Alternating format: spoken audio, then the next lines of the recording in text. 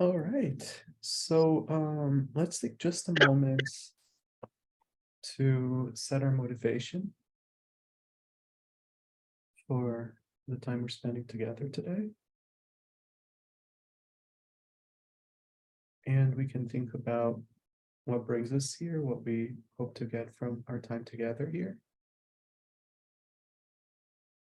And we try to broaden the scope of our motivation and to think we want more than just some benefit for this moment, but we want benefit that will last and grow to the future without limit. And we want to expand that outward too, because we want benefit not just for ourselves, but for everybody. For anybody who experiences suffering, for there to be less suffering, for us to help there be less suffering. For anybody who lacks perfect happiness,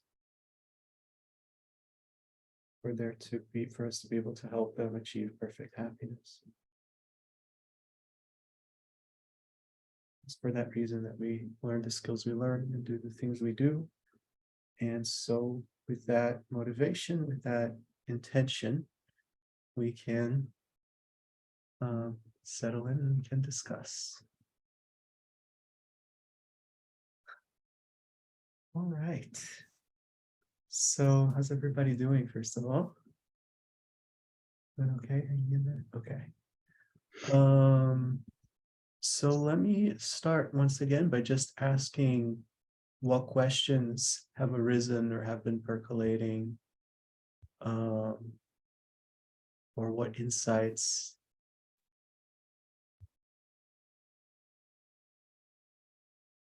or doubts.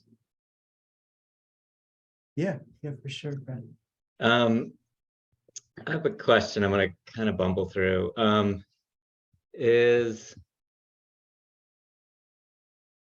Are impermanent phenomenon, functioning things, and products mutually inclusive as predicates? Well, I'm certainly not going to answer that, but here's what I'm going to do. Well, take the subject, the two, impermanent phenomenon and product. It follows that you can posit how they compare. I accept. Posit.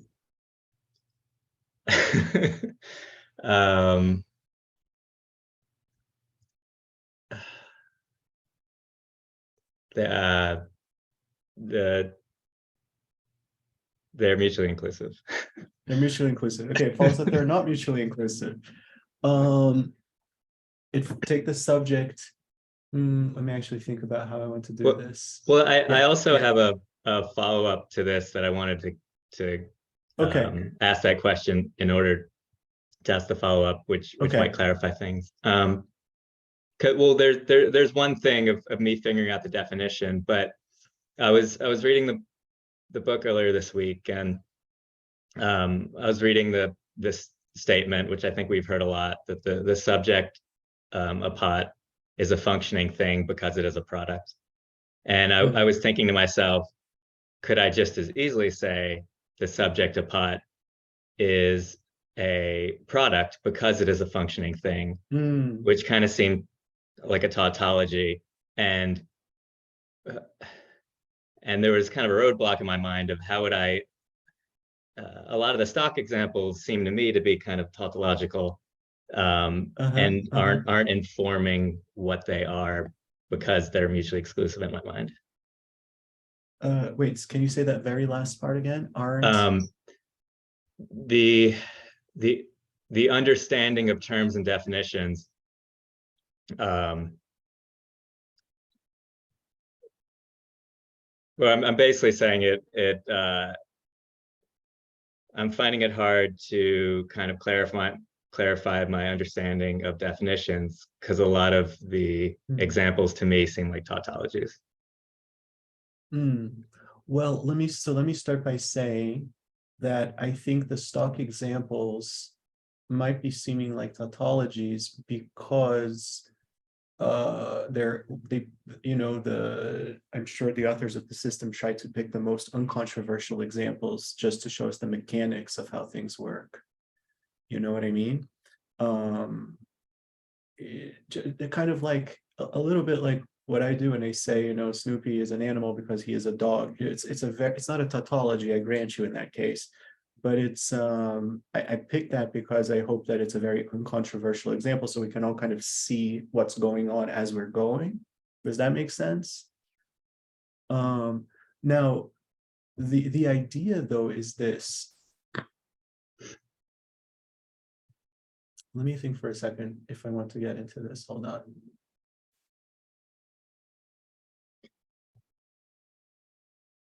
Well, why not? Let me talk about this for just a minute. If you find that it just confuses you further, then just tune out and do something else for a minute. But I keep talking about why it's important to say it follows, right? And the reason, as I've said this much, is that it makes it so that you're not saying a syllogism, but you're saying a consequence. So what's the difference between a syllogism and a consequence? So a syllogism, for a syllogism to be valid, the following things need to apply. And I'm going to say this all off the top of my head. If we look in the classic text, it's possible that there might be some nuance or some detail that I'm forgetting, and I apologize in advance, but off the top of my head, for a syllogism to be valid, there needs to be somebody who knows that the subject is the sign. Somebody who knows that the sign, the reason given, is established with the subject in the way that it's stated, and who knows that there is pervasion between the sign and the predicate to be proven. Okay, so for example, if I say the subject, pot, it follows that it is impermanent because it is produced, right? There has to be somebody, I have to be saying this to somebody who knows that pot is produced and who knows that whatever is produced is necessarily impermanent, right? But, so the person has to know that the reason is established, they need to know that there is pervasion, but they need to be wondering whether or not the predicate is a property of the subject. So it basically has to be somebody who's thinking to themselves, I mean, not consciously, but who knows pot is a product, whatever is a product is impermanent. I wonder if pot is impermanent. Right now, in that case, if somebody were thinking about it that clearly, of course, nobody would say those things in that order. That's the point of the syllogism, is we put it all together for them. Like, see, you know this and you know that. So see, it follows that this other thing, right? Now I'm saying the word knows, but just to be clear, what it really means is that the person has a valid cognition of it, which isn't, so it's not enough that the person just suspect or that the person just have a sense. Like, the person has to have either a direct valid cognition or an inferential valid cognition of each of those things. And they need to be actively seeking to know whether that thesis is true or not. So if you work it all out logically, a corollary of all of that is that all of those things have to be true. Because if any of those things isn't true, then there isn't anybody who knows it with a valid cognition to be true. So if I were to say, it's okay now because I'm doing it for the sake of the example, for the illustration, but in theory, if I were to say the subject, pot, it follows that it is permanent because it is uncompounded, none of that's not true. That's just not true. So that could never be, there could never be somebody who knows that pot is uncompounded, and who also knows that whatever is uncompounded is necessarily permanent. There could be no such person. So that syllogism is not true in any frame of reference, right? Now, if I say, take the subject, pot, it follows that it is impermanent because it is produced, that syllogism is not necessarily valid, but it could be valid independent on who I'm saying it to. See? So it would be valid if I'm saying it to somebody who knows that pot is a product and who knows that whatever is a product is necessarily impermanent and who is wondering whether pot is impermanent. So here are some examples of people that if I said the syllogism to them, it would not be a valid syllogism. If somebody doesn't know that pot is a product, to that person, this isn't a valid syllogism. To somebody that doesn't know that whatever is a product is necessarily impermanent, to that person, this wouldn't be a valid syllogism. To somebody who knows that pot is a product, who knows that whatever is a product is necessarily impermanent, but who also already knows that pot is impermanent, to that person, this wouldn't be a valid syllogism. That's just the way it works, just kind of the way it's defined, right? And one more, a person who knows that pot is a product, who knows that whatever is a product is necessarily impermanent, but who doesn't want to know, who doesn't care whether pot is impermanent or not, whether because they're convinced that it isn't and they don't want to hear any different, or because they're just uninterested or something. They're not seeking to know that. So to say to them, this isn't an invalid syllogism. And to say an invalid syllogism is idle speech in Buddhism, right? So I find this so fascinating because if you think it all through, I think it makes perfect sense. And it also points out that to try to argue something with somebody who doesn't want to know it's a negative karma. It's idle speech. It's very interesting, right? It's very interesting. So that's the idea with a syllogism. Now let me say something about a consequence. So a consequence, it's formatted exactly like a syllogism, except that it has the words, it follows that, right? Other than that, the format is the same. And like the mechanics, the internal mechanics of it are also the same. However, what makes something a valid consequence is completely different from what makes something a valid syllogism, okay? What makes something a valid consequence is that the other, like, and I'm saying a complete consequence with a reason, not just a simple consequence without the reason, but a complete consequence with a reason, is that the person that you're saying it to, wait, hold on, let me just remember exactly. Hold on one second.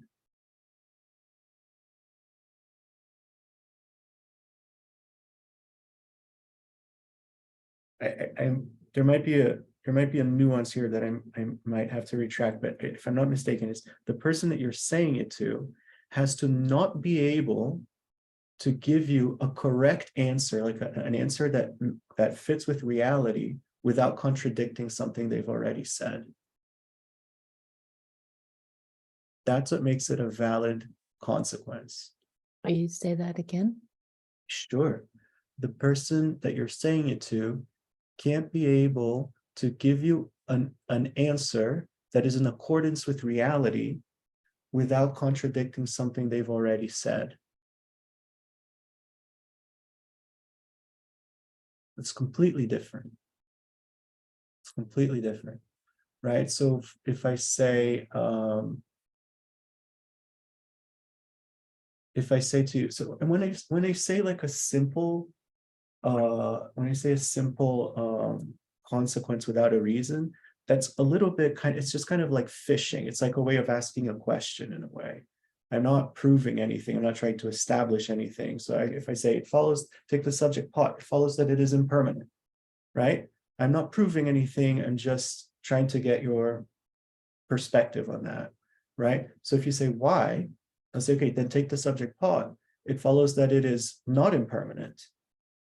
You say, I accept. Take the subject pot. It follows that it is permanent. Okay, I accept. Now, ready? Now here I'm going to throw a valid consequence here. Take the subject pot. It follows that it is not produced because it is permanent. Subject pot. It follows that it is not produced because it is permanent. Now, the person has three options of what they can say. They can say the reason is not established, pot is not permanent. Now that would be accurate, but they would be contradicting themselves. right? They could say there is no pervasion, which would be inaccurate. No pervasion would mean it is not the case that whatever is not impermanent is necessarily not a product. That is incorrect, so an incorrect answer. Or they could say, I accept, meaning I accept that pot is not produced, which would be an incorrect answer. When I fling that consequence at them, they only have three options. They can either accept something, pursue something that's incorrect, pursue something else that's incorrect, or contradict themselves. So that's a valid consequence.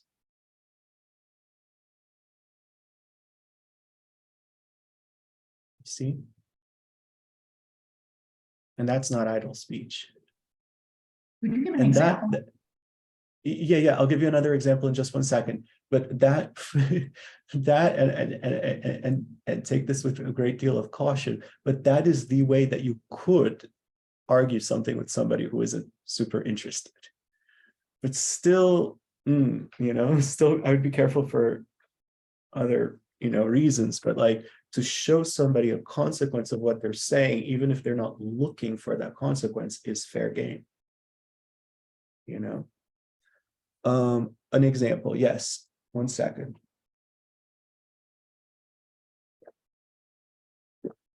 Let me think what could be a simple example here.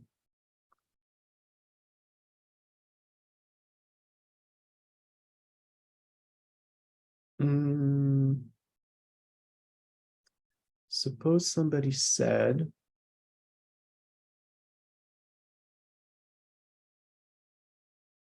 I'm just trying to think like what would be a good illustration of this in like modern terms.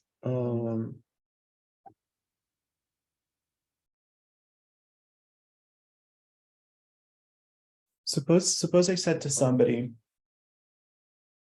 it follows that whatever is an enlightened being necessarily is a liberated being. Okay? And the person said, why? And I would say, okay, in that case, it follows that whatever is an enlightened being is not necessarily a liberated being. Right? Then they'd say, I accept. Right? For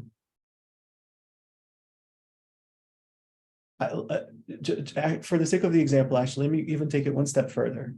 The following doesn't flow logically, but let me just say, I could even say, how about this? It follows that whatever is an enlightened being is necessarily not a liberated being. Now, that doesn't, they could believe the first thing without believing the second thing, but let's say that they accept that too. Whatever is enlightened is necessarily not liberated, right? So they've accepted that. So now I could say, okay, take the subject Buddha. It follows that he is not liberated because he is not enlightened. Okay, so now let's think about this. What are the person's options?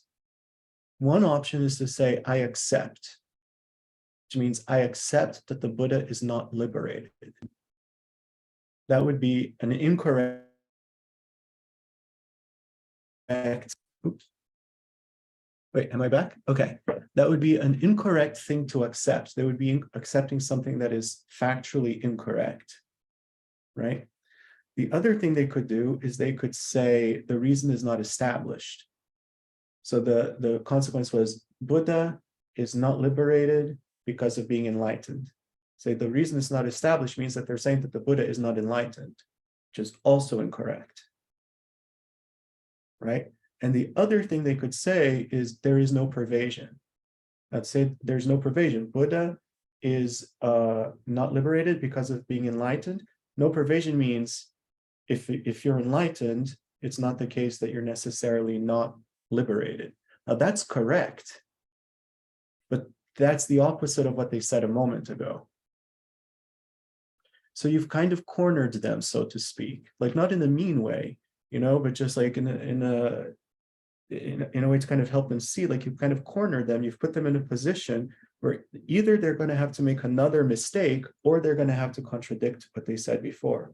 Like either they're going to recognize what their mistake was, or they're going to make a further mistake, right? Let me show you an example where this wouldn't work.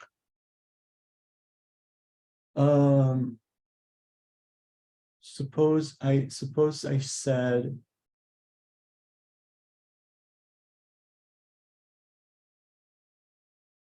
well, let's see if we start with the same thing. It follows that whatever is enlightened is necessarily not liberated. Now that's wrong, right? But let's say I say that. The person says, I accept that if you're enlightened, you're not liberated. Okay. So now let's say that I said to them the following. Take the subject.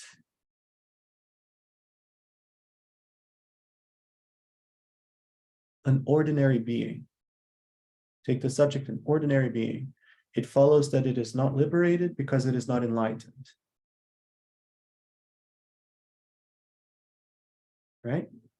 Now, they could accept that, and that would be correct. You know? They could say the reason is not established, and that would be correct. Wait, sorry. Subject. I'm sorry. I said it wrong. Subject. An ordinary being is not liberated because it is not enlightened, right? They could say I accept that, which would be incorrect because it is not true that an ordinary being is enlightened. So that they could accept it by mistake. So they could make that mistake. Or they could say the reason is not established, meaning an ordinary being is not enlightened. That would be correct. Or they could say there is no pervasion, meaning it is not the case that if you're enlightened, you're necessarily not liberated. That would be correct, but that would contradict what they said a minute before. So in that consequence, there's a way that they could contradict themselves. There's a way that they could give a wrong answer, but there's also a way that they could give a valid answer. They could give a correct answer. They could say the reason is not established, which is true. So that's not a valid consequence. That would be a mistaken consequence for me to claim. You see? Now, I don't want you to think that as you're going through through debate, as you're debating, that you have to be thinking about all of that. Like that would be way more thought than you have time to do in the moment. It will kind of come instinctively as you go, like this is spelling out what you're going to be doing naturally. But I wanted to spell this out to answer Brett's question about like how is it meaningful if we can go in either direction, if we can say, you know, the subject pot is impermanent because it's produced, or if we could say the subject pot follows that it is produced because it's impermanent. Like if it can go either way, then how is this getting us anywhere? How aren't we not just going around in circles? And the answer is that it all depends on the person that you're saying it to, right? If you're saying it as a syllogism, then you're saying it to a person who recognizes that, you know, so if somebody knows that pot is produced but not sure if they're impermanent, then you'd say the subject pot, it is impermanent because it is produced. If somebody knows that pot is impermanent but is not sure if it's produced, they say the subject pot is produced because it is impermanent. It depends on what the person already knows and what they're trying to find out, if it's a syllogism, you see?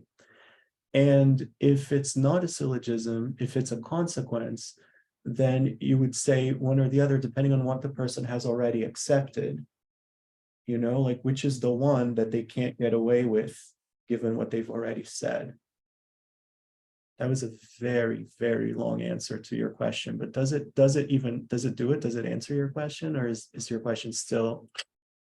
I appreciate that. I think there were some parts that help, and wait, hold on. Maybe you're not muted then. Maybe I'm having a problem with my headphones again. 1 second.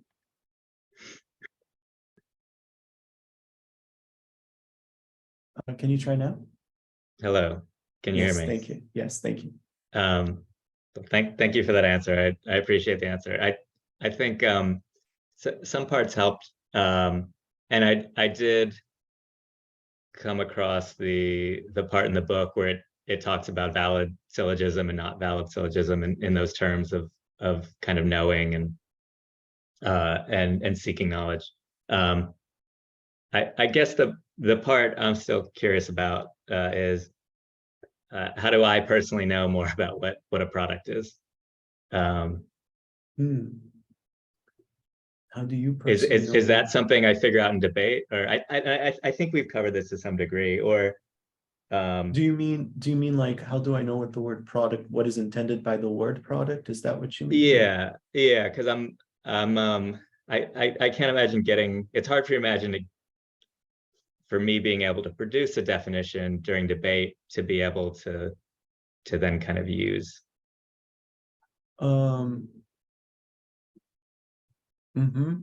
me think about this for just 1 second. So let me say again, so there's 2 ways.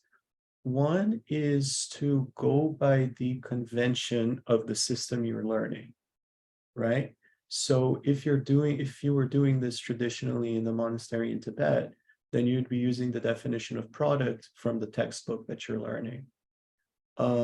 Not because there's a claim that that's the true definition of product, but just because to keep it coherent, to keep it consistent, that's what we're talking about, you know? So for example, if we're debating in a Gelug debate courtyard, if we're debating whether something is impermanent or not, what we're really debating is whether it changes from moment to moment or not. If that's not what we want to debate, then we just wouldn't use the word impermanent, we would use some other word. Right. So in other words, so that's one way. It's like, look, okay, what does this word mean? And then we can debate about that. From there, how would you learn more about it? How would you come to understand what that actually means and all that it entails? Well, that's what debate is for. Right.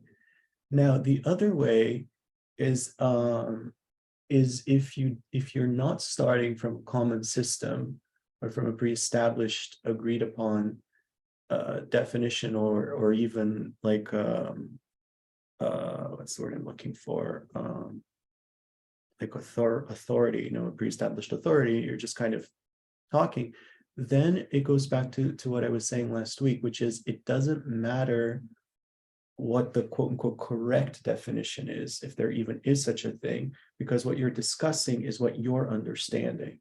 So if you don't know, like, let's say if you didn't know what the word product means, you know, if you didn't have a clear understanding of that, then for me to use a syllogism and say the subject's pot, it is impermanent because it is produced, that would be idle speech. You don't know that pot is produced. You don't know what produced means. You see what I mean? But if you think you know what produced means, even if your definition is different from mine, then you also can use a syllogism for the same reason. But even if we have different definitions, then if you have a sense of what you think produced means, then you can use that in answering in debate. And then I can elicit from you, like, wait, what is it that you're thinking when you say produced? And in the moment, you might feel like, okay, I have an intuitive sense, but I don't know how to put it into words, which is usually the case, which is another point of debate.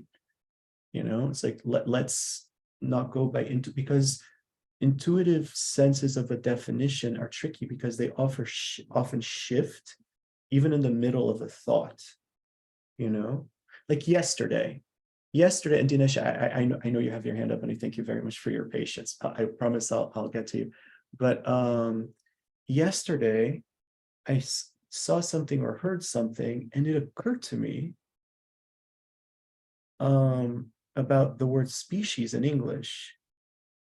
I think that we can derive a paradox from the word species in English, it seemed to me, because you could say, you know, whatever is born is of the same species as its parent, right? I think we'd have to agree, you know, again, we could see, but like I thought about it and I looked at, I think we'd have to agree, whatever is born is necessarily the same species as its parent. But by that reasoning, you'd think that evolution couldn't happen, you know, that macroevolution couldn't happen, which we know it does, you know, for any number of reasons. And so as I thought more about it, what dawned on me was that there's like the word species is being used to mean two different things in that argument. In one context, we're defining species as, the ability to reproduce with each other. That's the sense in which it's an unpleasant thought, but that's a theoretical sense in which whatever is born is the same species as its parent. But in another sense, we're using species to denote like a line that we're drawing around certain animals and saying, okay, these are dogs, these are cats. These aren't the same definition. These aren't the same definition. There's overlap, but they're not the same definition. And therefore, it leads to this contradiction. Lo and behold, after I came to that realization, I went to look up the definition of species on Wikipedia, I grant you. And it led me to an article about there's no consensus on the definition of species. And we can't, like basically what I had just realized, that's a thing that's known. You know what I mean? And it's not because I'm such a genius, I deduced the thing about species. It's just because I was thinking about it in terms of Tibetan debate and I was seeing the consequences, right? And so that's why it can be so helpful to solidify what is the definition that I'm thinking of here. And then if I have an urge to include that other thing and it doesn't fit the definition, what gives? Okay, I do want to get to Dinesh because I know you've been waiting for a long time. Hi, my question is, you are talking about liberation and enlightenment. Actually, I'm just wondering, what is the difference? I know it is a basic, Yes. but still I have some doubts. What is the difference? Yes, of course. These two? Yes. Of course. I want to try to resist the urge to go into a whole explanation of that because it goes beyond what we're talking about here. But briefly put, and again, all of this is to be debated, right? But briefly put, the way it's used in this tradition, liberation means freedom from samsara, freedom from uncontrollably recurring rebirth, which is mutually inclusive with freedom from suffering, freedom from the afflictions and karma. That's liberation. Enlightenment means omniscience, like literal omniscience, on the basis of having eliminated all shortcomings and achieved all maximal positive qualities, right? Now, like I could tell you as like a conclusion that those things aren't mutually inclusive, but between them there are three possibilities, right? But again, the point would be for us to figure that out through reasoning, through debate, right? But for now, I'll just say, between them there are three possibilities. Something that is both would be a Buddha. A Buddha is enlightened and liberated, right? Whatever is enlightened is necessarily liberated, but whatever is liberated is not necessarily enlightened. An example of something that is liberated but is not enlightened would be what's called the Shravaka Arhat, which is a being that has worked towards their own liberation and has achieved that, but still has limitations. They're not omniscient, they can't see everything, they haven't maximized all of their positive potentials yet. And an example of something that is neither enlightened nor liberated is me. So Are you sure? I'm sure. You're not. You can't be sure. You can't be sure, but I'm positive. Yes. So is there any scale to figure out like I am liberated or not? Okay, I'm not. Okay. Is there any scale or something? Everybody. Measurement? Everybody knows if they understand the definition. Everybody knows whether they're liberated or not, whether they're enlightened or not. It's impossible to be mistaken about that. If you ever feel the slightest inkling of discontent about anything, then you're not liberated yet. Which is okay, which means the practice is still relevant. Thank you. And if there's ever anything that you don't know, then you know that you're not enlightened. So it's like if you ever have to say to somebody, "What's your Instagram handle?" then you're not enlightened yet. Because if you were, you'd know, right? I remember once seeing. Why? Not correct. What? Why? I said that's not correct. No, like if you, no, and mind you, I'm saying from your own side, if you see somebody else ask a question that they don't know, you don't know that they're not enlightened. But if you find that you need to ask a question, then you know that you're not enlightened, because they could be asking the question for any number of reasons. They could know the answer, but still be asking the question. So we can't go by that. But if yeah.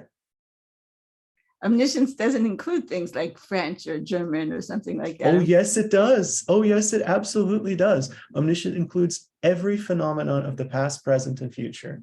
Every phenomenon, all of them. So if you're omniscient, you absolutely, like, you know, calculus, you know, all the math that hasn't been discovered yet, you know, every language, you know, everybody's phone number, you know, everything, everything.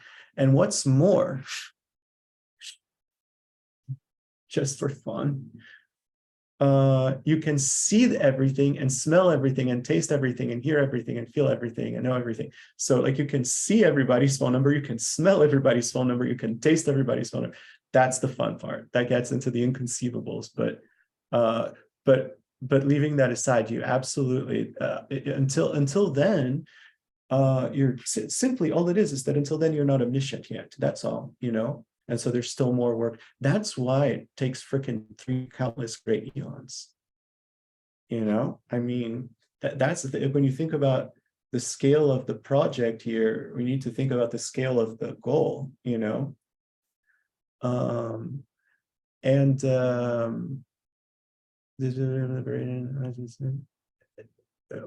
moment, I was just going to say something else. Liberated, enlightened. Oh, right. Yeah, no, it doesn't matter. I'm just going to say, yeah, I saw once a talk show guest who was some kind of religious leader or cult leader. I don't know. But he was called so-and-so the Omnipotent. And I remember thinking, that is such a freaking bold claim, right? What a bold claim. Because the moment you say, can you pass the salt? I can't quite reach it. Boom. You know, you're done. You're done. All right. Anyway, Jenna, I think you had a follow-up, and then Sheila. I just had a comment about species, that you're correct. Oh, the yes. definition of species is problematic. And, you know, that's why the biologists are continually reclassifying the species. Like sometimes they're clustering more and sometimes, but a mule is a simple example of something that is not of the species of its right parents. And yeah. Oh, that is not the same species as its parent. Oh, that's an interesting point. You're right. You're absolutely right. A mule is not the same species as its parent. That is a really, thank you. So yeah, I arrived at the correct conclusion through incorrect reasoning. But thank you. Yeah, a mule is not the same species as its parent. It's not, because it couldn't produce viable offspring with a because it's neither a horse nor a donkey. It's a mule. Right, exactly.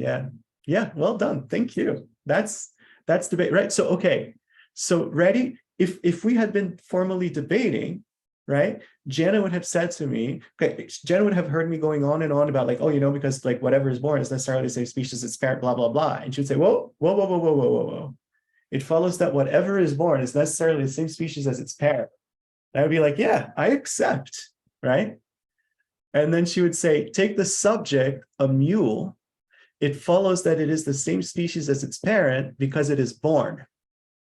And she would say, you have asserted the pervasion. And I'd be like, crap, right? That's how it goes. And then, and then I would have realized my mistake, like I just did, right? That's the idea of debate, right? Sheila?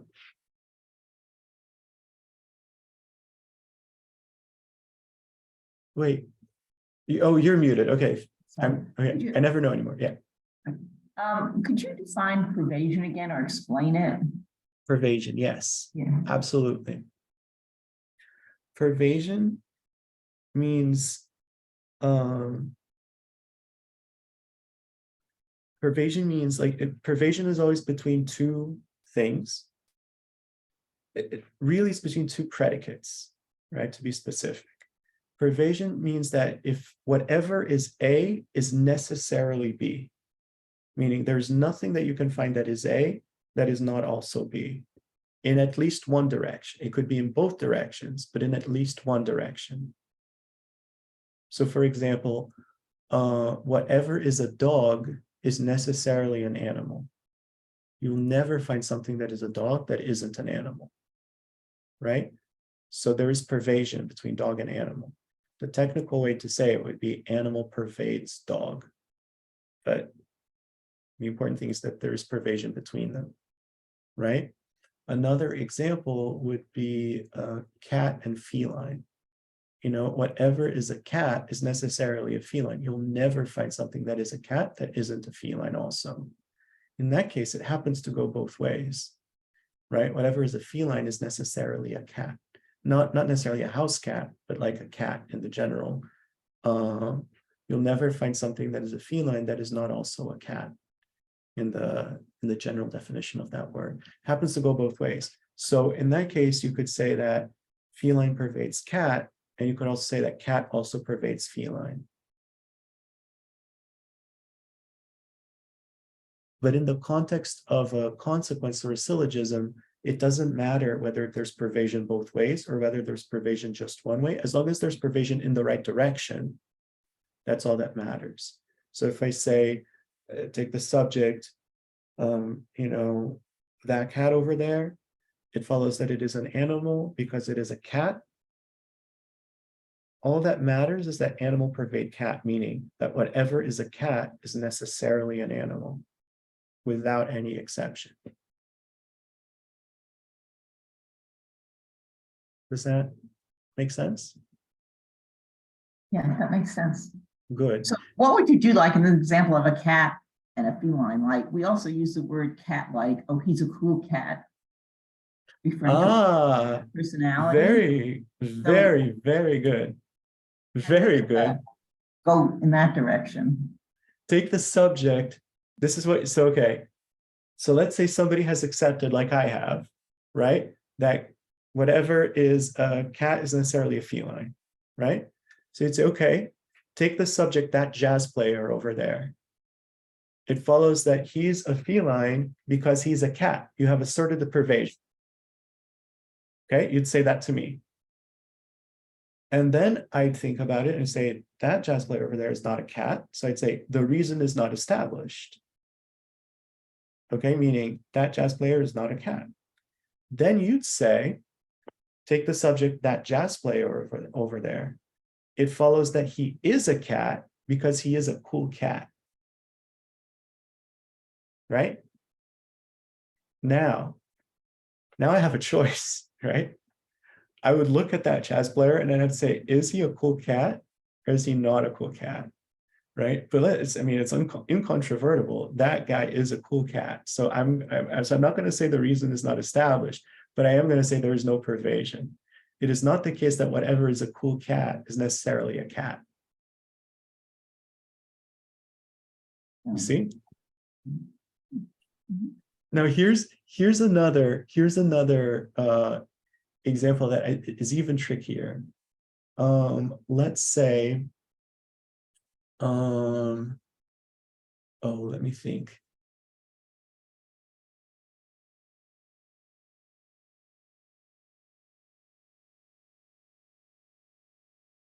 I always just think of the same example, so it's boring. I was trying to see if I could think of another one real quick, but I can't think quick enough.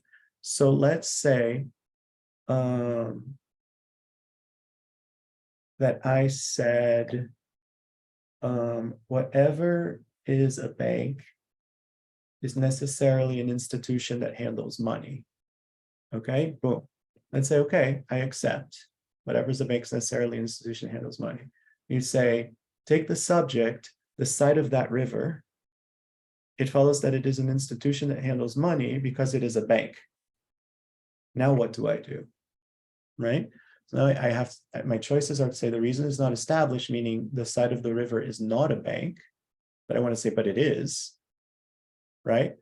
Or I have to say, it's not the case that whatever is a bank necessarily handles money, but then I'd be contradicting myself, right? Or I have to accept that the side of that river is an institution that handles money, which I can't do because it's just not true. Right?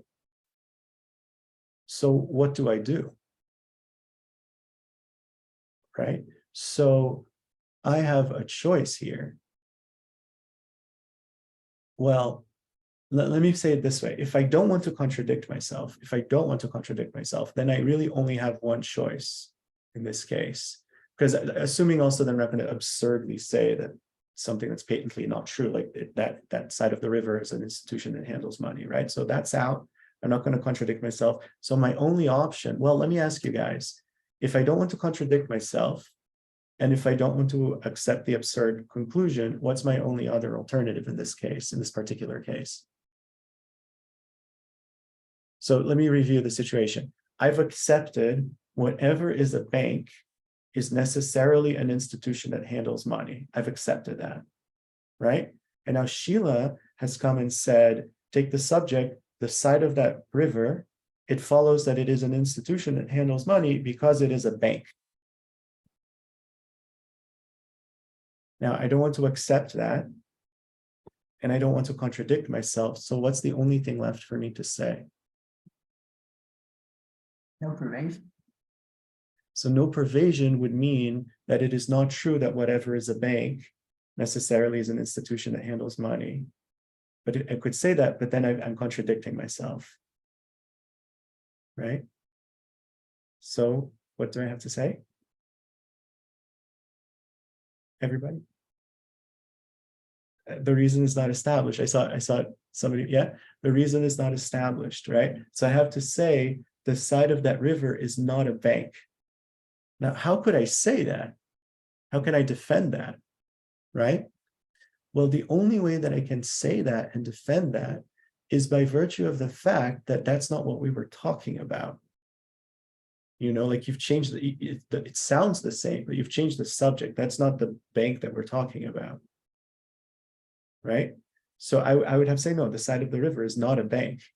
You'd say, well, it is a bank because it is a river bank. And then I'd say there's no pervasion. It's not the case that whatever is a riverbank is necessarily a bank. We've changed the subject here. You're using a homonym, right? So even though it sounds the same, it's a different word. It's a different concept, right? The only other alternative would be for me to contradict myself and say, okay, you're right. It's true. It doesn't follow that if it's a bank, then it's an institution that handles money. And then I'll have to revise my own definition of bank to say, okay, a bank is either an institution that handles money or the side of a river. And then we see where we go from there. You know, that changes. We've changed what we're talking about there, right? You see, the key to this answer is it's also the key to a few questions that have come up in the past, is that it's not so much about what is the truth about what the word bank means.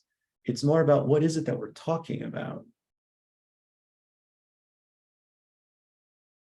You know, so like when you say what's the definition of bank, you know, and we're talking about bank in the sense of like an establishment, then I might venture to say a bank is an institution that handles money. If you're pointing at a river and say, what is the definition of bank? Then I might venture to say it's the side of a body of water or side of a river or something like that. And then you can try to trick me without malice, but you can try to trick me just to make sure that I'm very clear in what I'm saying by using that equivocation like that. But there is a truth, there is a fact of the matter based on what it is that we're talking about. Does that make sense to everybody?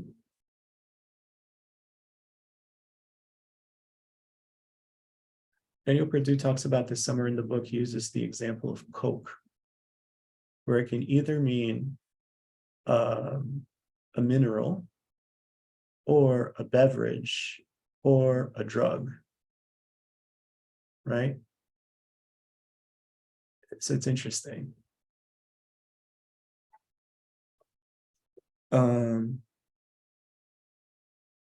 Yeah, if you read the Tibetan debate manuals, the collected topics manuals, which is how folks learn debate in Tibet. After the first couple of initial, lessons, it's kind of peppered. It's full of situations like that where there's some verbal confusion, some grammatical confusion that the student has to be mindful of. But the examples all work in Tibetan in those, so they're often a lot more confusing than anything when we're trying to learn them in English. Yeah, so this brings me to something else that I wanted to introduce today. I made reference to this last time, but I did want to introduce it because this is the biggest piece that's still missing from the things that we've discussed. And it's that we've talked about how a consequence can either be a simple consequence where you're just flinging a statement, right? And we've talked about how a consequence can be a complete consequence that includes a reason, right? So simple consequence would be the subject A, it follows that it is B. That's like fishing. That's almost like a question, not phrased as a question, right? It means like, which way do you want to go with this, right? A complete consequence with a reason would be the subject A, it follows that it is B because it is C. Now that is a logical statement. So you have to respond to that accordingly. You can't just say yes or no. You have to say either yes or here's your mistake. The mistake is that the reason is not established, or the mistake is that there's no pervasion, right? Okay. Now, within a complete consequence, a consequence with a reason, the reason can be a one-part reason or it can be a two-part reason. Okay. The one-part reason is, in my very limited experience, is by far the most common. It's the standard, certainly, and I believe that it's by far the most common, is my guess. So all the examples that we've used so far, except for one at the very end last time, but all of the examples we used so far just use a one-part reason. A two-part reason is just what it sounds like. It's saying two things, saying one, blah, blah, blah, two, blah, blah, blah. So a two-part reason would be, take the subject A, it follows that it is B, because one, it is C, and two, it is D.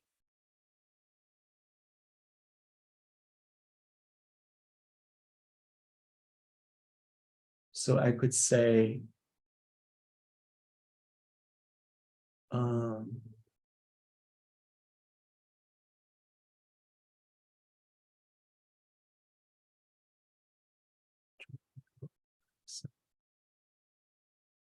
well, let's start with something easy. Suppose I come to you and I say, take the subject Snoopy. Snoopy's more famous in the last few weeks than take the subject Snoopy. It follows that he is furry and cute, right? Now let's say you foolishly say why, right? And I could say to you, the subject Snoopy, it follows that it is furry and cute because one, it is furry, and two, it is cute, right? Now, of course, you couldn't deny any of that, but let's say you were perversely intent on, right? So the point here is this: why would I do that? The reason I would do that is because you said, you questioned that he was furry and cute, right? You questioned that. So I'm going to show you that that's true. Well, how do I know that he's furry and cute? Well, because he's furry and because he is cute, right? So by by breaking it up, what I'm doing is I'm giving you an opportunity to tell me, what is it there that you disagree with? I can't keep doing Snoopy is furry and cute. Like, this is just, I can't keep even suggesting that he's not. So let's do something else. Take the subject, a steaming cup of tea. It follows that it is hot and wet. I don't think we usually think of it that way, but there it is, right? Hot and wet. I don't know. For the folks across the pond, is that as bad as Snoopy not being cute? No. Okay. All right. So it is hot and wet. So let's say you say, why? You know, it follows that it is not hot and wet. I accept. So you're accepting that it is not hot and wet. Now I'm sitting here thinking like,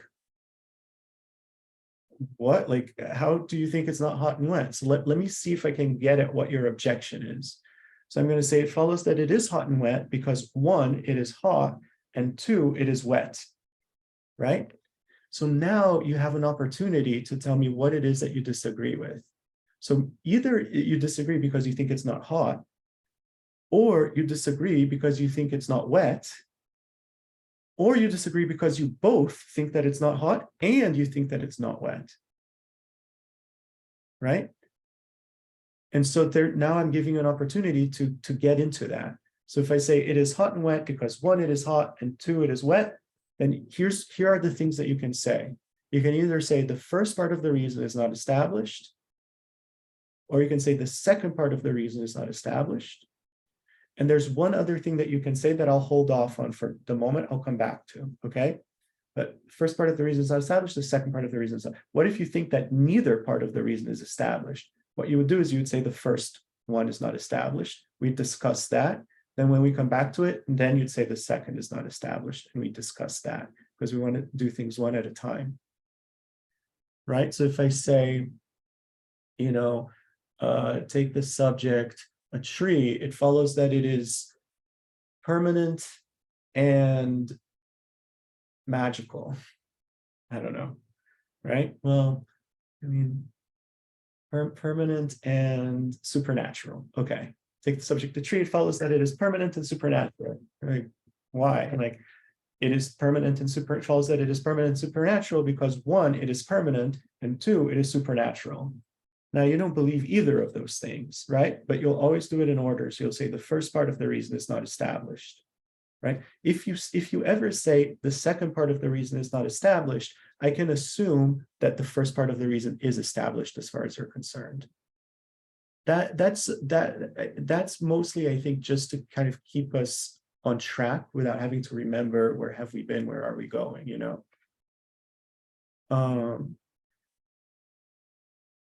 Does that make sense so far?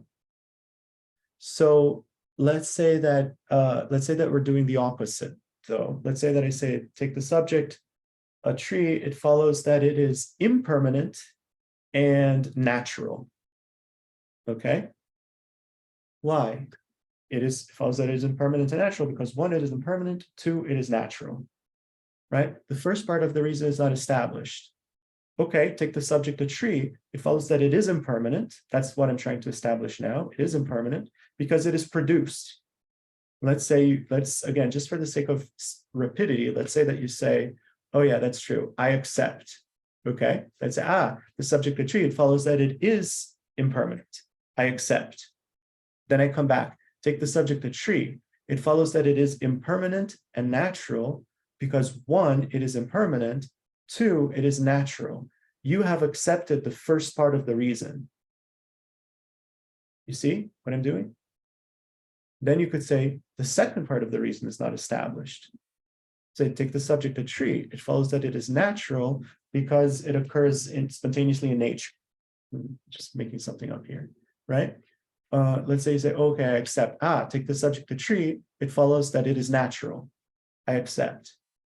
Take the subject, a tree. It follows that it is impermanent and natural because 1, it is impermanent, and 2, it is natural. You have accepted both parts of the reason.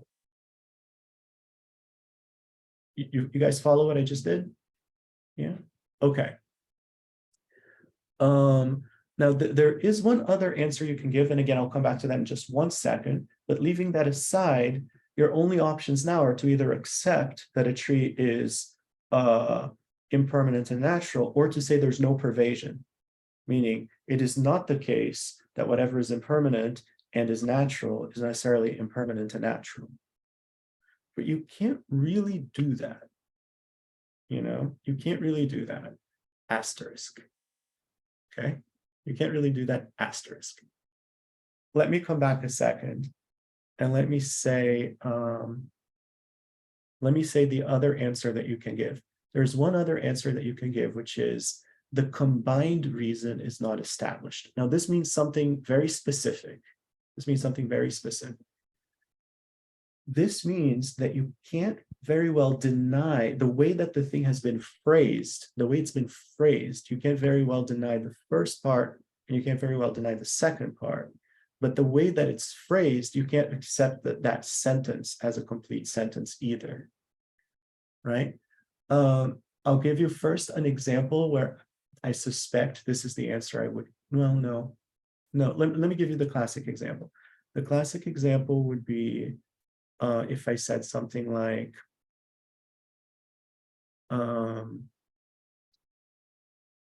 suppose somebody came to me and said, take the subject, a tree. It follows that it is impermanent and permanent. Well, that's not true. So I would say, why? Right? So I'd say, take the subject, a tree. It follows that it is impermanent and permanent because 1, it is impermanent, and 2, permanent. 1, it is impermanent, and 2, permanent. So if you take out the 1 and the 2, you're saying it is impermanent and permanent, right? So 1, it is impermanent, and 2, permanent. Well, I'm certainly not going to question the first part of the reason. It is impermanent. Take the subject, a tree, it is impermanent. Yes. Now, what if I question the second part of it? What if I said the second part of the reason is not established, right? The second part of the reason, well, the way they phrased it, I can't say that because they didn't say it is permanent. So the subject, the tree, it is permanent. That's not true, right? But if I say the subject, a tree, permanent. Well, I can't say permanent is not established. At that point, to say permanent is not established would mean it's not tied back to the subject. You see, it's not tied back to the subject. You know, if you say a tree is permanent, well, that's not true. So like the tree blank because it is permanent, the reason is not established. Say the tree blank because permanent. You haven't said a sentence. You haven't said a proposition here. A tree, permanent. You know, I can't say that's not established.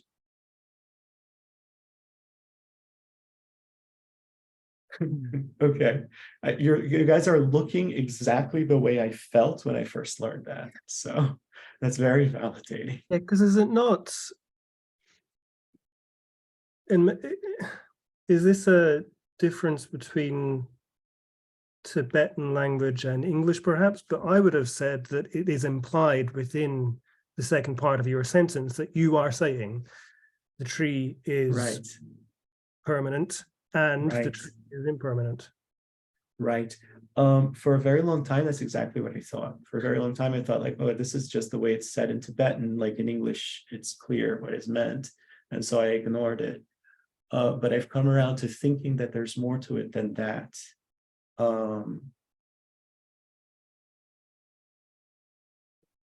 Because we want to avoid equivocation, you know, we want to avoid any ambiguity.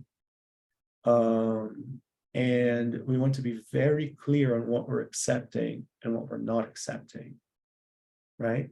So if somebody said to me, hey, Gus, take the subject tree, it follows that permanent. If they said that to me and I accepted that, I'm not 100% sure what I accepted. And down the line, there could be some implications. Maybe in that example, it would be hard to, but there would be cases where that would be. Now,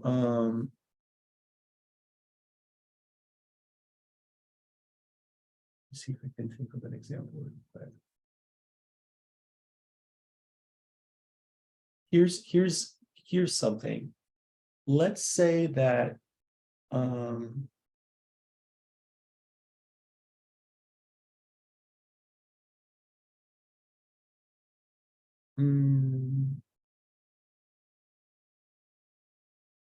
well, without getting into it too much, there might be instances where you want your reason to actually be a sentence or something like that, where it doesn't refer back to the subject.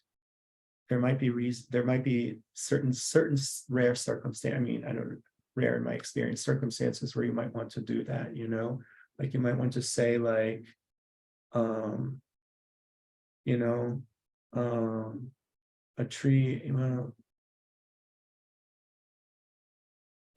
this would be a terrible reason, right? This would be a terrible reason. But we could say,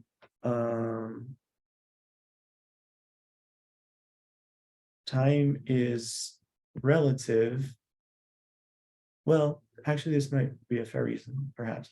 Time is relative because the theory of special relativity is true. Right?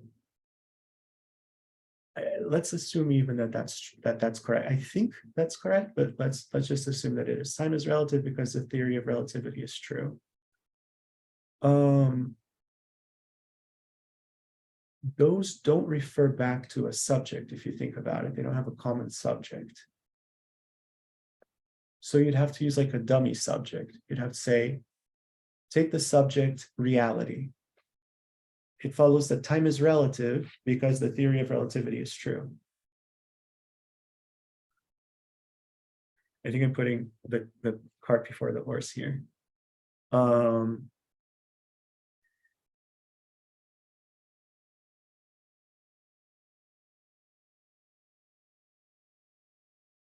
I think I'm putting the cart before the horse here.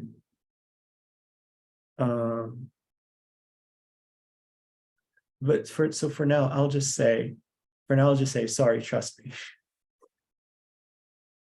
I used to hate it when teachers said that, despise it. But now the shoe's on the other foot, and I can understand. with deep regret, I can understand. So the bottom line for now is that if you can think about it this way, if there's a verbal fault in the reason, in the two-part reason, you know, then you can say the combined reason is not established.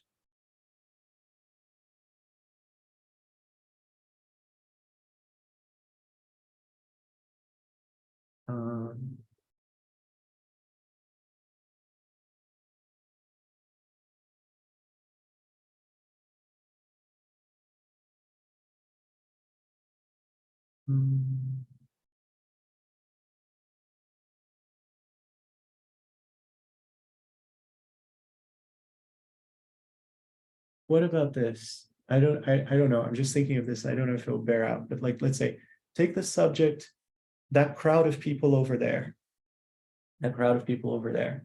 It follows that some of them are angry and some of them are afraid because one, some of them are angry and two, afraid.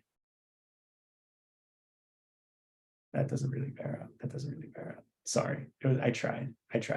But in any case, like if you think about it enough, I think you'll come across an instance where it's true. You can't.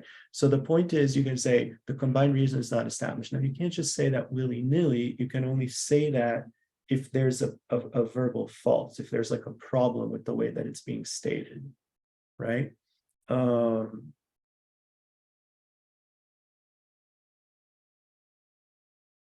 It's that I know to be a rare answer to give. It is rare to say that, right? Okay.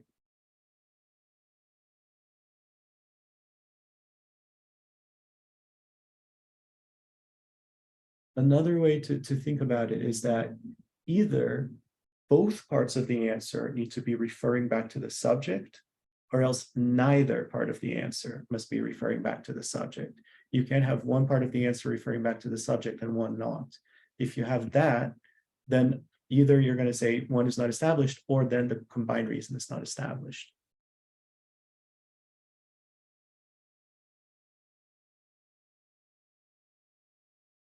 Because when you say, take the subject, sound, it follows that it is impermanent because it is a product. If you said the reason is not established, what you're saying, it is not established that sound is a product. But if you said, take the subject sound, it follows that it is impermanent because I'm hungry. If you say the reason is not established, all you're saying is that it's not established that I'm hungry. It's not relating back to sound. You see? Right? So if you have a two-part reason where one is related back to the subject and one is not, then the way that each is established is different. One is established in relation to the subject, one is established irrespective of the subject. But they're not, the combined reason is not established because they're not both simultaneously established in relation to the subject. That's actually what it is. And I think I just put my finger on it. Okay, let's start over. Let's rewind. I think you'd say that, I'm pretty sure now, you'd say that when one reason is established respective to the subject, the other reason is established irrespective of the subject, because, and that's how it's stated. But the combined reason isn't established of the subject.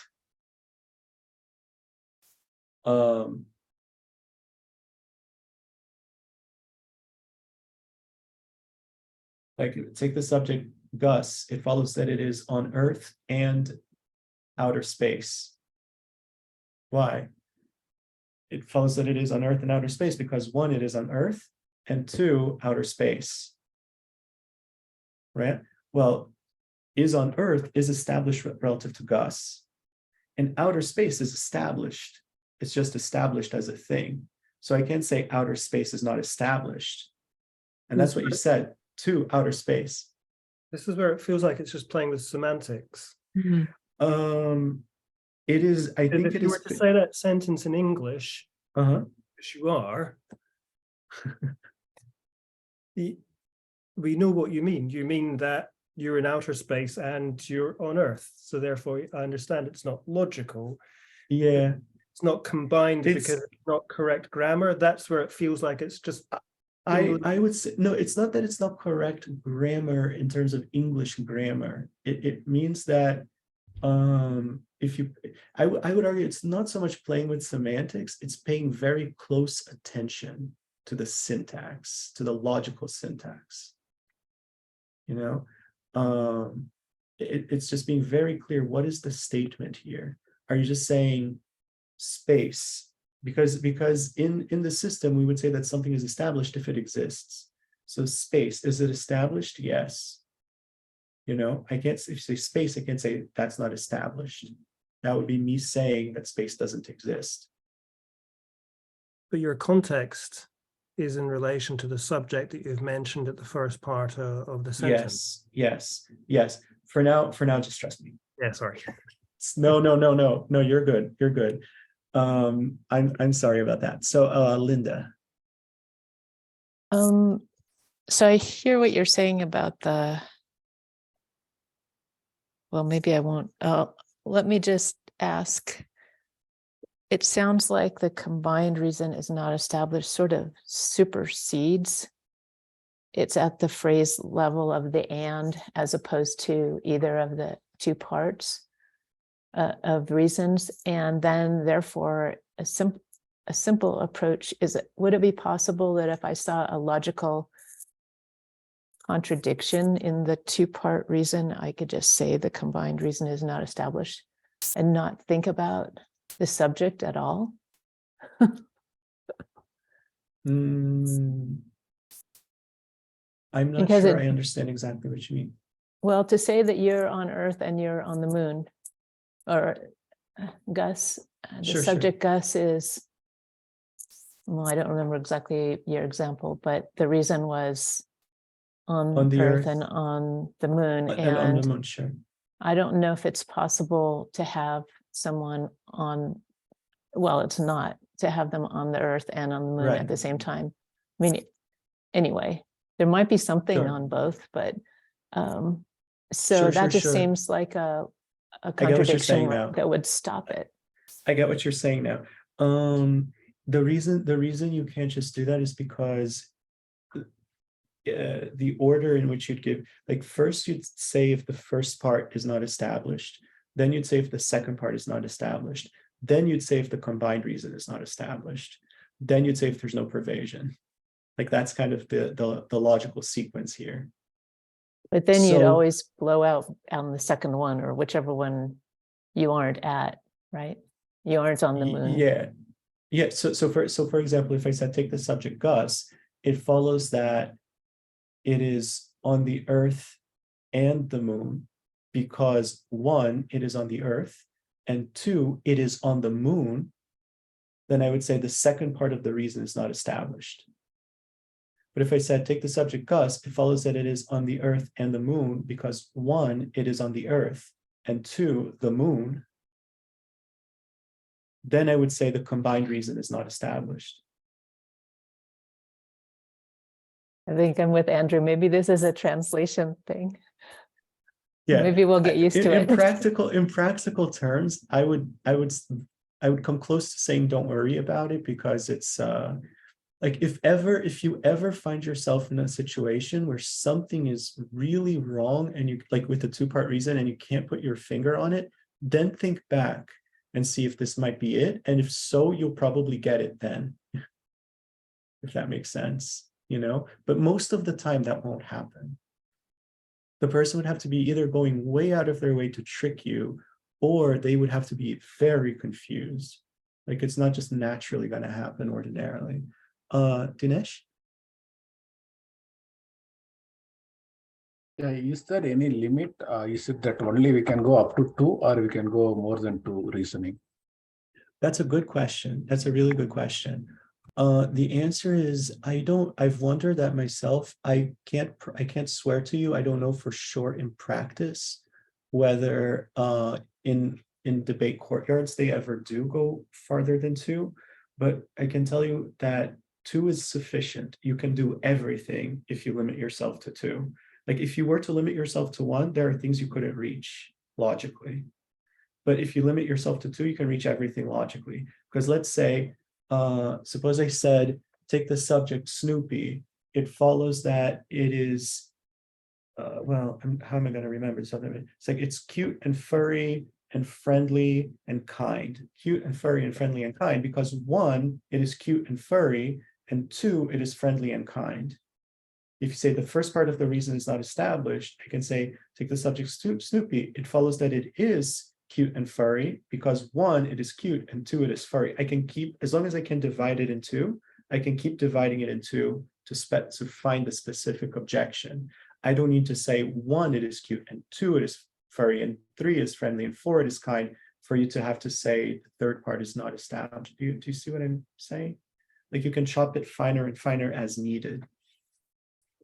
So 2 is definitely enough. And I think it is also easier to keep track of. So what I don't know is I don't know if it's like having 7 parts and the reason is just not allowed. That I don't know. But it's definitely not necessary. Oh, okay, thank you. Sure. Clara?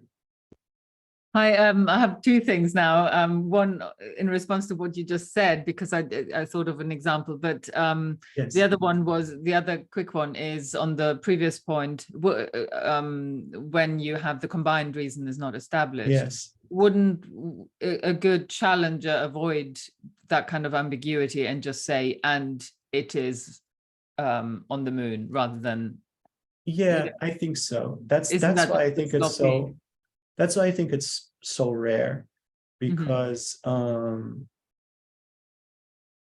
again, either the challenger would have to be deeply confused, you know, like in their own reasoning, or they would need to be going out of their way to try to trick you, you know, which, I mean, I guess it depends on the context. Like if you're like very advanced and you're just trying to like bring each other to the next level, then who knows, maybe you would try to do that. But I think ordinarily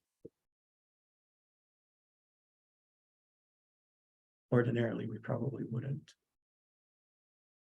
Does that answer?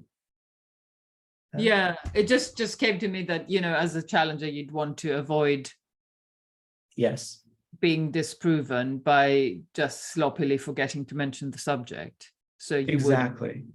Exactly. You know. As a challenger, it's really good practice to always refer back to the subject. Right. Yeah. In fact, I just learned recently with Venerable Donio that there is an answer that there are 2 special answers that a defender can give in special circumstances. I knew about one of them, I didn't know about the other one. One of the special answers that the defender can give is, you've lost the subject. That's like if the challenger has been flinging consequences without subjects. And like, you don't know, like it's not referring back to anything. And it's not that I've forgotten what the subject is, it's that you're now just saying, you know, it follows that the sky is blue because the sun is yellow. You've lost the subject. There's no subject there. There's no basis that we're talking about anymore. So you can say that to the challenger, and then the challenger has to say the subject blank and then continue from there. Right? Since I brought this up, I'll mention the last thing, the other special answer that you can give. But again, this is very rare and to be used very sparingly. But in some rare circumstances, you can give the answer doubt. That's what you say, doubt. And what it means is, it is impossible for me to have knowledge of that at this time, right? So for example, if I said, take the subject, King Charles, it follows that he has a cell phone. You accept. Take the subject, King Charles, it follows that he has a phone number. Because he has a cell phone, you have asserted the reason. I accept. It follows that there is a phone number for King Charles. I accept. Pause it. What is the phone number for King Charles? Then you could say, well, doubt, meaning I have no way of knowing that, right?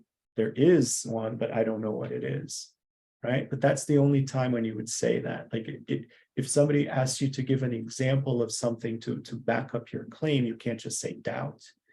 But if somebody's asking for a specific detail that a human being couldn't be in a position to know, that the fact that you don't know it doesn't disqualify your previous statements. Like you have other ways of knowing what you've just said, other than knowing the specific detail, then you can say doubt. See what I mean? So in the texts, like the example is, an example given is like, take the subject in the space immediately in front of you, it follows that there is a ghost. The answer from a Buddhist point of view would be doubt, you know, like I have no way of knowing that one way or the other. Because I'm an ordinary being who can't see ghosts if they exist.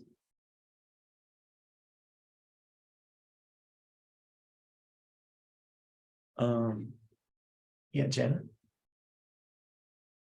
So thinking about the species, so I have a different question. So if it's Sure. Want to stick with combined reasons, this is a different question. Well, in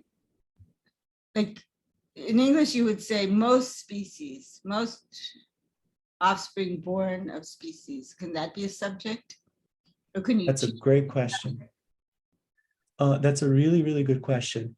That can't be a subject, but it can be a predicate. It can be part of the predicate. So let's say if you wanted to say most beings that are born are the same species as their parent, you couldn't say take the subject most beings that are born. You couldn't say that. But what you could do is you could say take the subject beings that are born. It follows that most of them are the same species as their parent. So you can break it off and have it in the predicate, but you can't have it in the subject. In the subject, you're either like, the subject is always going to be a particular. The particular could be a generality, you know, but it's just, the subject is always just one thing, you know? So if you say that pair of shoes, you're not saying this shoe and that shoe, you're saying that pair of shoes as one entity, right? So you can't have like portions of that as your subject. You could say, you know, the subject, the left half of that pair of shoes, or the left shoe in that pair of shoes, that's fine, but that's still only one thing. You can have like a generic sum of them. But in the predicate you can, and that's okay. Yes, Clara, and then I want to break out into breakout rooms. Just on that, you mentioned that we could have 2 reasons, but not 3, for example. And just sort of an example. Please. Yeah, like the subject, the self, it is not inherently existent because, and then there's 3 reasons that I would want to list. What are they? Okay, so because, sorry, it is not inherently existent because it depends on causes and conditions. That's 1. 2, the self I'm trying to include the subject. The self. You just say it. It depends on its parts, and 3, it depends on conceptual designation. Beautiful. That is not a 3-part reason. That is 3 reasons. Any one of those on its own is enough to prove it. Take the subject, the self, it follows that it is not inherently existent because it depends on its causes and conditions. That's enough. Take the subject, the self, it follows that it is not inherently existent because it depends on its parts. That's enough. Take the subject, the self, it follows that it is not inherently existent because it depends on designation, mental designation. That's enough. You give 3 different reasons, not 1 reason with 3 parts. Right. Right? It's pretty cool, actually. It's pretty cool. In debate, you'd probably just do them one at a time. I mean, in debate, you would do them one at a time. But sometimes by the way, as you learn Tibetan debate, a lot of the classic texts and the older texts will become a lot clearer because a lot of them are formatted that way. Even like the Bodhisattva, Guide to the Bodhisattva's Way of Life by Shantideva, a lot of it is in the form of like a debate where you're saying, like, if somebody says this, then I would say that. If somebody says this, then I would say that, And sometimes in the text, you will see the person kind of rattle off all the reasons, like because of this, and also because of that, and also because of that. But those are different reasons, as opposed to because of this, and this, and this, and this. See? If you say, like, take the subject, the people who live in this house, like the human beings who live in this house, it follows that none of them are women because 1, Gus is not a woman, and 2, Nick is not a woman, right? Now, each of those on its own wouldn't be enough to prove it, because I take the subject, the human beings who live in this house, it follows that none of them are women because Gus is not a woman. There's other people who live in the house, so that's not enough to prove it. So that's 1 reason with 2 parts. You need to have both. Gus is not a woman, Nick is not a woman. Only with those together do you prove that none of them are women. That's 1 reason with 2 parts. But what if there are 3 people in the house? So I'm saying in this case, like assuming that you knew who lives here, right? But let's say you didn't know. Then what I would say is take the subject, the human beings living in this house, it follows that none of them is a woman because 1, the only ones of them that exist are Gus and Nick, and 2, neither Gus nor Nick is a woman. Right. Let's say you said the second part of the reason is not established. Okay, take the subject, the human beings that live in this house, it follows that, well, this is an instance actually. Take the subject, human beings who live in this house, it follows that neither Gus nor Nick is a woman because 1, Gus is not a woman, and 2, Nick is not a woman. Or you could change the subject, not in the bad sense. Like you could say, take the subject, Gus and Nick. It follows that neither of them is a woman because 1, the first of them is not a woman, and 2, the second of them is not a woman.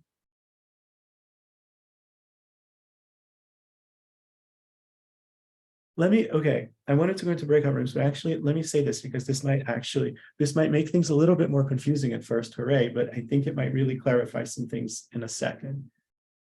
Let me think of a,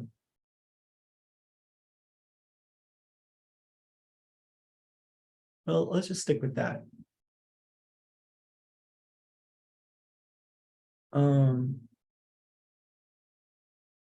Let's say I said this to you.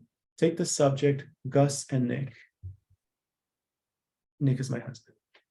It follows that neither of them is a woman because one, the first of them is not a woman, and two, the second of them is not a woman. Okay, take my word for it that neither of them, like that I'm not a woman, that Nick's not a woman. So what do you think of that consequence? Like, what would the correct answer be? You say it Gus and again. Nick? Yeah, the subject Gus and Nick, it follows that neither of them is a woman because one, Gus is not a woman, two, Nick is not a woman. I accept. I accept, right? Because again, you're taking it on faith for now that the subjects Gus and Nick, the first is not a woman, the second is not a woman, and if the first is not a woman and the second is not a woman, then neither one is a woman, right? Now, what if I said this? Take the subject, Gus and Nick. It follows that neither of them is a woman because one, Gus is not a woman, and two, Nick is not a woman. What would you say then?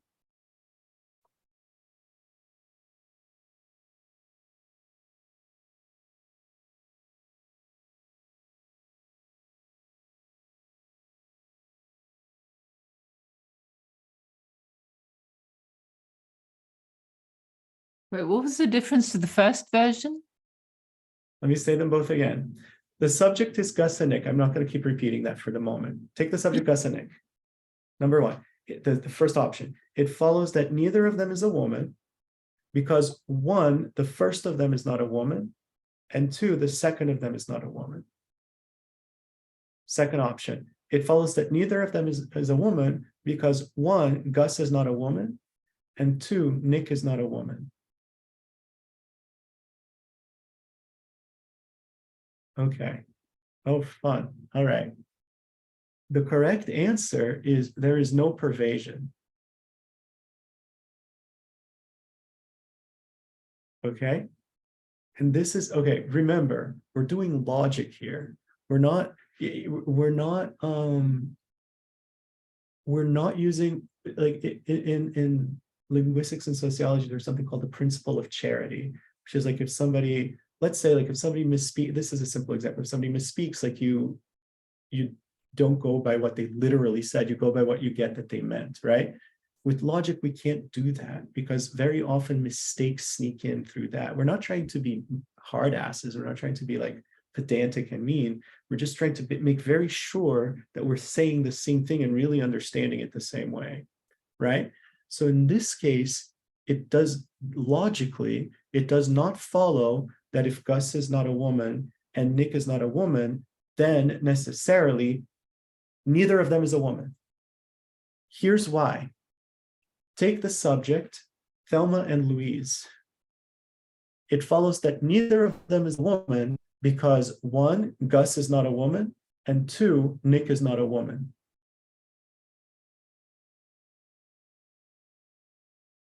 Okay, let me try it another way.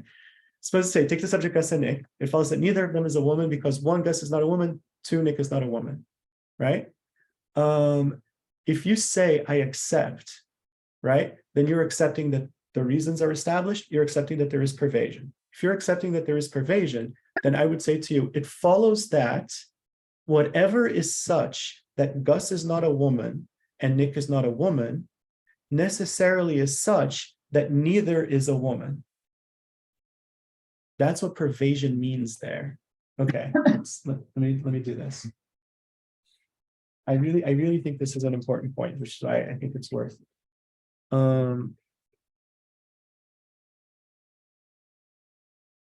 Because whatever is a Gus and a Nick has to necessarily not be a woman.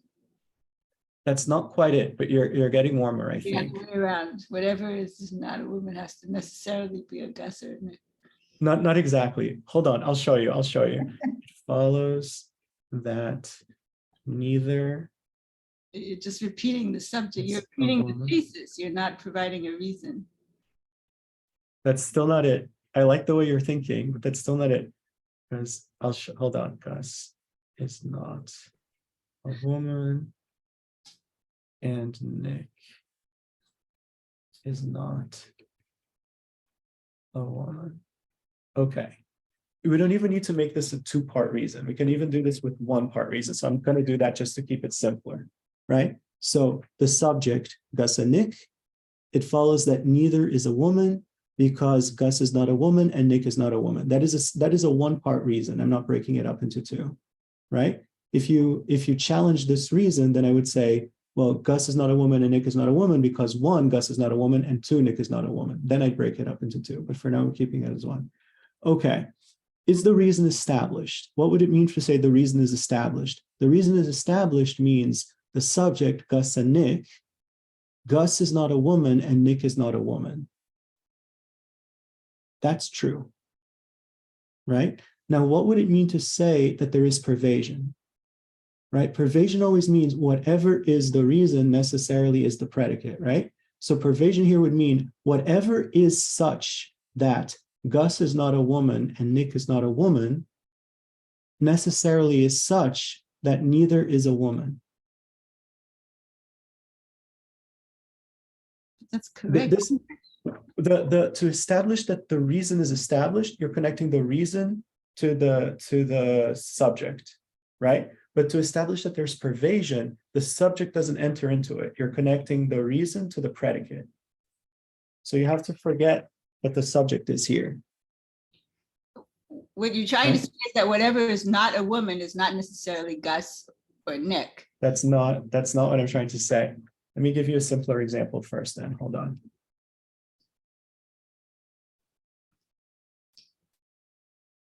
But in English, it comes out okay. Only because you're using what's called the principle of charity. I'll show you this in 1 second.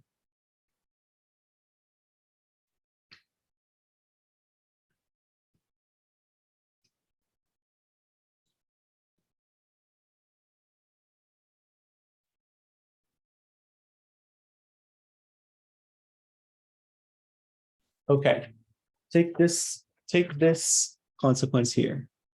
The subject, an onion. It follows that it is an animal because it is a mammal. Okay, now this is incorrect, right?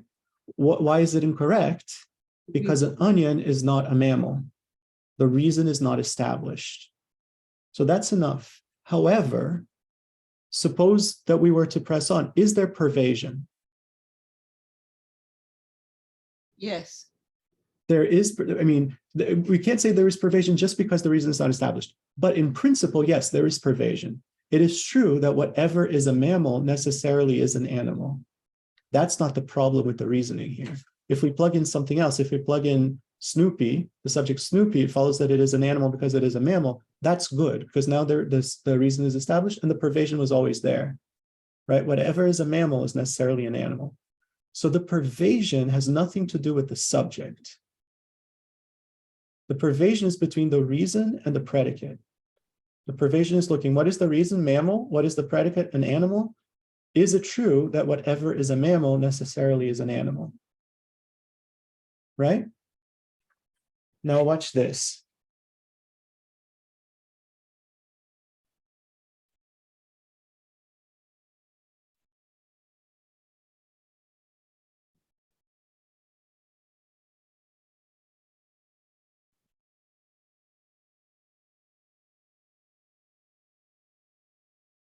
There's a problem with the English. It's not the principle of charity. It's a problem with the English.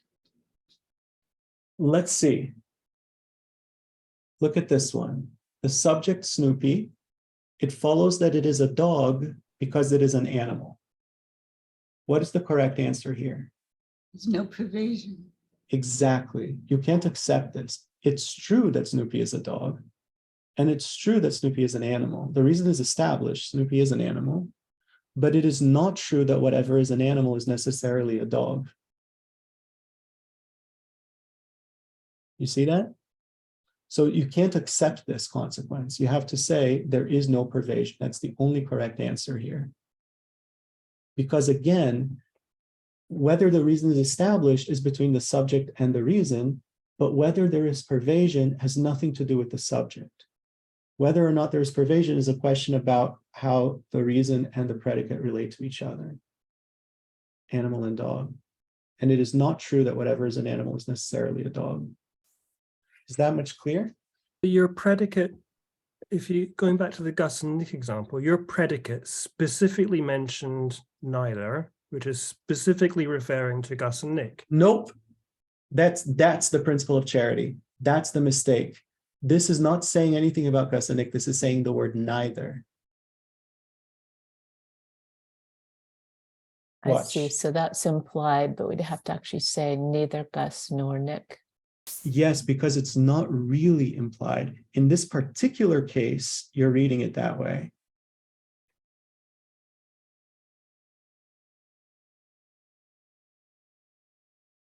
Well done.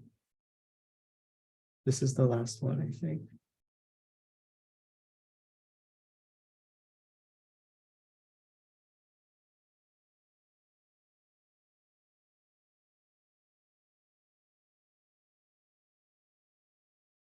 Not even sure how to take comprehensible notes on some of this.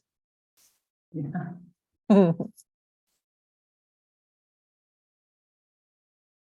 Look at this one. The subject, Gus and Nick. It follows that neither is a woman because the first one is not a woman and the second one is not a woman. Okay? Now we can accept that. Because is the reason established? Well, that's between the subject and the reason. Is it true that the subject, Gus and Nick, the first one is not a woman and the second one is not a woman? Yes. So the reason is not, so the reason is established. Now, is it true that whatever is such that the first one is not a woman and the second one is not a woman is necessarily such that neither is a woman? Yes. This is correct. This is not. Because if we accepted this top one, then for any two things in the world, we'd be able to prove that it is not, that neither of them is a woman. Because it is always the case that Gus is not a woman and Nick is not a woman.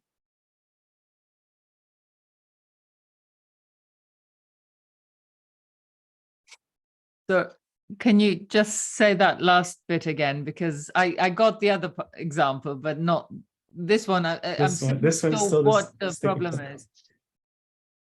So this one, if we want to establish that, here, let me even just let's take the grammar question out of it altogether. In the case that the reason is not established because you're simply not giving a reason.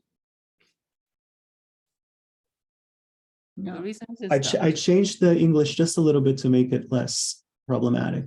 The subject, Gus and Nick, it follows that neither is a woman because relative to it, Gus is not a woman and Nick is not a woman, right? Relative to it means like because when you think about that subject, when you think about the subject, Gus and Nick, then Gus is not a woman and Nick is not a woman, right? Now, if you said that there is pervasion, this says relative to it. So like relative to whatever the subject is, right? So if you said that there's pervasion, it means that whatever is such that when you think about it, Gus is not a woman and Nick is not a woman, is necessarily such that neither is a woman. No, I'm more lost. Oh no, oh no. Oh no. For me, it's understanding the difference between the two examples. I can't quite put my... The difference between the two examples is that in, where is it? In this example, we have variables in the reason. And in this example, we have particulars in the reason.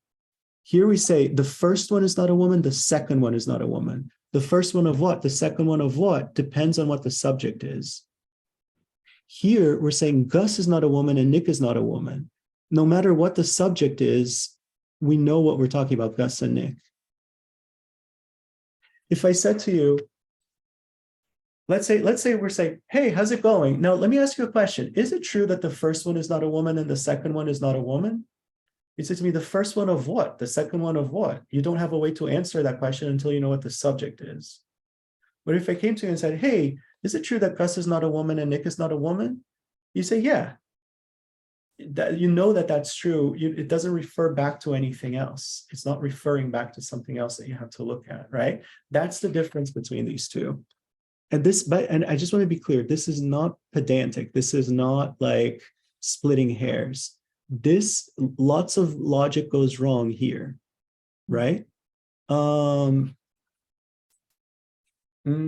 if I said,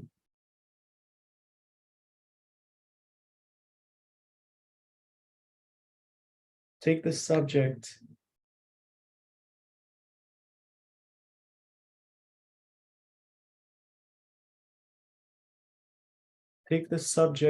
the Buddha.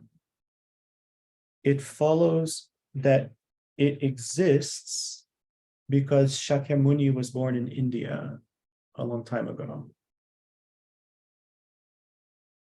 You can't accept that because it is not the case that for any subject you say that if Shakyamuni was born in India, then it exists. Because otherwise, as I take the subject a unicorn, it follows that it exists because Shakyamuni was born in India a long time ago.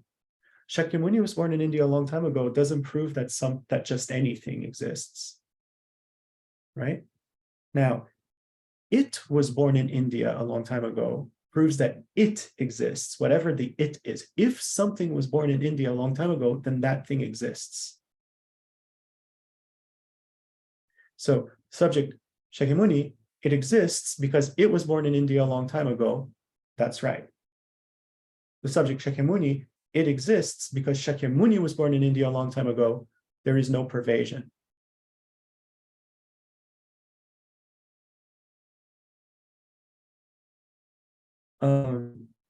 You're saying that the reason has to relate to the subject. But in your mammal, it doesn't have to relate to the subject. Which one? This one? Right, like the pervasion, there is pervasion there. Yeah, the establishment of the reason can only be reckoned relative to the subject. But the pervasion is reckoned independently of the subject. And it has to be that way because otherwise we could never prove anything that we didn't already know. So to prove to somebody that sound is impermanent because it's a product, what do they need to know? They need to know that sound is a product. Sound, specifically sound, is a product. And they need to know that whatever is a product is necessarily impermanent. That's not, they don't need to know that about sound. They just need to know that pervasion. That's the only way that we can help them connect those two thoughts, right? So for people to know that the people who live in this house, neither is a woman, they need to know that the people who live in this house are Gus and Nick, and they need to know that neither Gus nor Nick is a woman. No, wait. Yeah, that's true, but that's not what I meant to say. Anyway,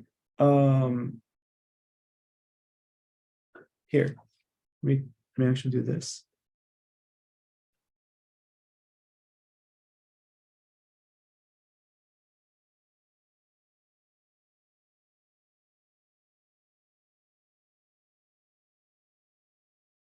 I just changed this one more time. The subject, the people who live in this house, the house that I'm in right now, it follows that neither is a woman because relative to it, Gus is not a woman and Nick is not a woman.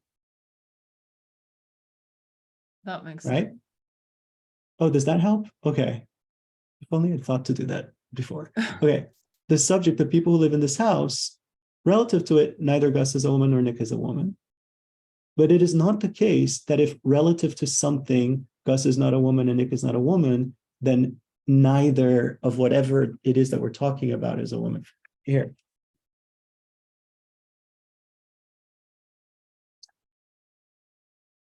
neither of them is a woman. It depends, who's them? Right? Gus is not a woman and Nick is not a woman. This isn't the subject, this is the reason, right? So neither of them is a woman. The them is going to vary depending on what the subject is. Put another way, if you accept that a reason is established, you're only accepting that that reason is established relative to that subject. The moment you change the subject, you can't assume that the reason is established relative to the new subject anymore. But if you accept that there is pervasion, then you accept that there is always that pervasion. It's not independent of the subject. Right? So if I say, take the subject sound, it follows that it is impermanent because it is a product. If you accept that the reason is established, then all you're accepting is that sound is a product. So if I say, well, take the subject, a tree, it follows that it's a product. That's a whole different conversation now. But if I say take the subject sound, it follows that it is impermanent because it is a product, and you accept that there is pervasion. What you're accepting is that whatever subject you give me, if it is a product, then it is impermanent. Right? So then I could give you a different subject. Okay, take the subject, the tree. It follows that it is impermanent because it is a product. You've already accepted the pervasion. Now the only question is, do you accept that the reason is established? Do you accept that a tree is a product? So in this case, the people who live in this house, it follows that that neither of them is a woman because blah, blah, blah. If you accept the reason, you're only, it's funny to say, but you're only accepting that relative to the people who live in this house. Gus is not a woman and Nick is not a woman. That happens to be true relative to anything, but all that you're committing to, that is true when we're speaking about the people who live in this house. But if you accept the pervasion, you're accepting that if it's true that Gus is not a woman and Nick is not a woman, then for any subject at all, it is true that neither of them is a woman. But originally, the way you put it, you said the subject, Gus and Nick. So the subject was specific, and yes. So, but the subject, but again, you can't accept the pervasion. That has nothing to do with what the subject is. Remember, right? That's the point. But then neither isn't it put in a misleading way then? Because if one says the subject, Gus and Nick, it follows that neither of them is a woman. That's kind of, one shouldn't have said it like that in the first place, because it seems like perversions are always about universals. But what you just said right now is not a pervasion. See, take the subject, Gus and Nick. It follows that neither of them is a woman. I accept, no problem. Yeah. Let's say you gave me a reason. Take the subject, Gus and Nick. It follows that neither of them is a woman because the first one of them is not a woman and the second one of them is not a woman. I accept. Anything such that the first is not a woman and the second is not a woman necessarily is such that neither of them is a woman. Right. So one talks about one's arguing really, or reasoning on another level of abstraction rather than specifics. Exactly. It's kind of more exactly the logic of it. Exactly. That's exactly right. That's exactly right. And that is crucial. All human reasoning works that way, even when we don't understand it. If I say, behind that house, there is fire because there is smoke, right? The only reason that connects for me is not just because I see that there's smoke behind that house, yes, but also because I have it in my head that wherever there is smoke, there is fire. That's not special to that house. If it were special to that house, then I'd be lost when there's smoke in my house, right? So that's why we have to be careful. We need to make sure that these things are connecting in the right ways. So what we need to ask ourselves is, if somebody throws us a complete consequence, we need to ask ourselves, is it true that that reason is true of that subject? And if so, now is it true that whatever is that reason is necessarily that predicate?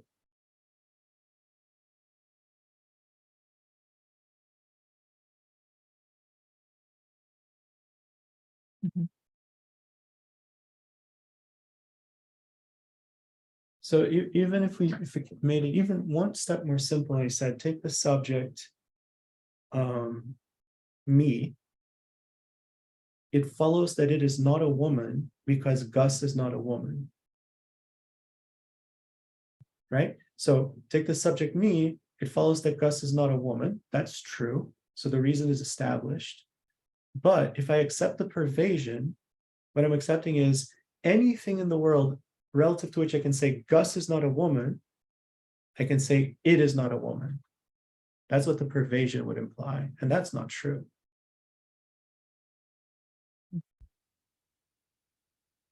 Right? Take the subject Meryl Streep.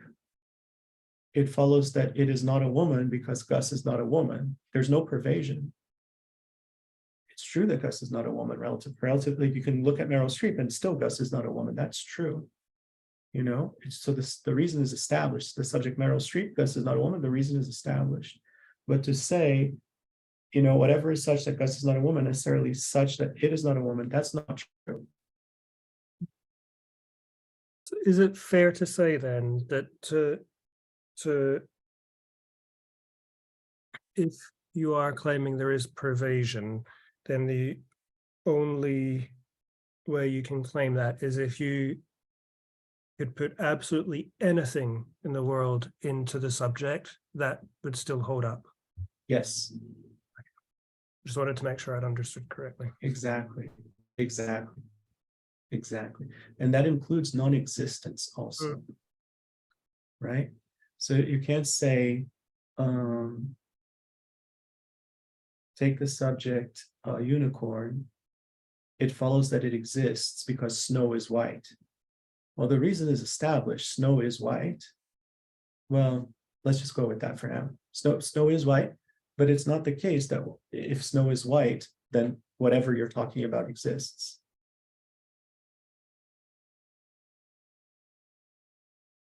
If I say take the subject a unicorn, it follows that it exists because it is white. Well, there would be pervasion. Whatever is white exists. If it's white, then it exists. But a unicorn is not white because it doesn't exist.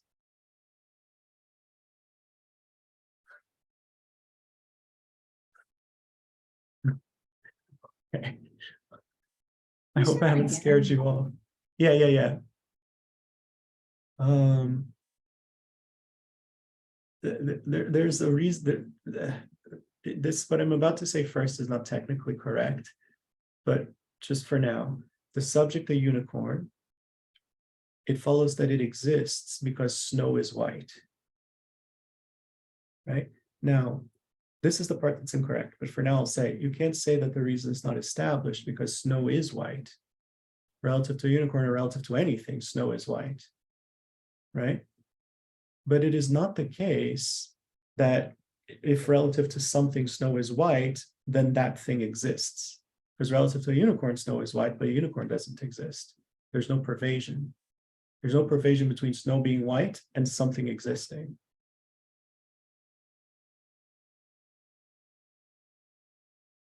But on the other hand, if I said take the subject a unicorn, it follows that it exists because it is white.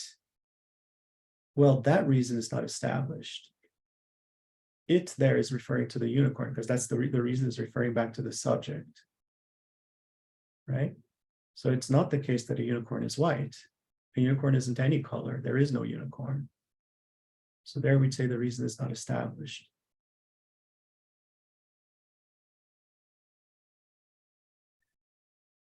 Parentheses, technically, the reason isn't established in either case because for the reason to be established, the subject has to exist. But for now.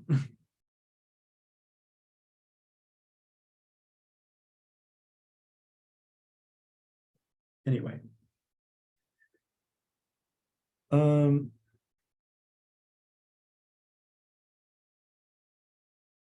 Take the subject, you personally.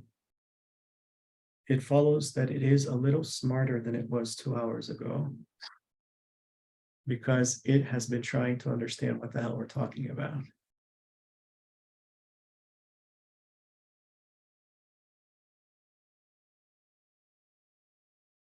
I stand by that, but you can debate it, but I stand by that.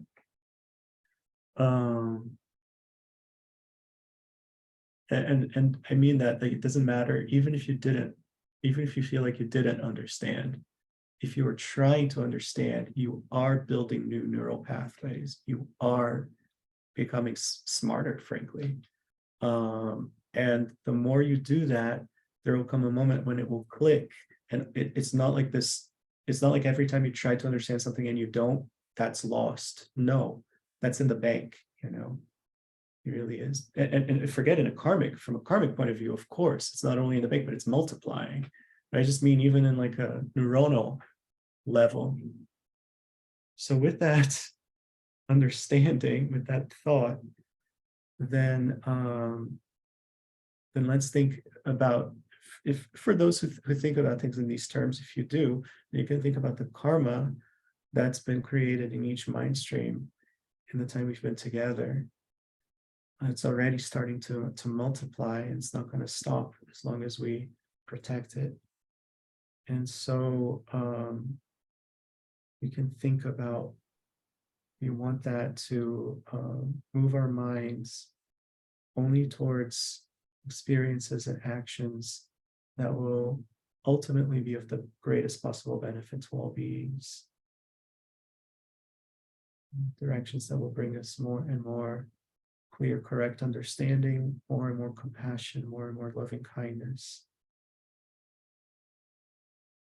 And again, if you think in these terms, ultimately omniscience, so it can be of perfect benefit to all beings.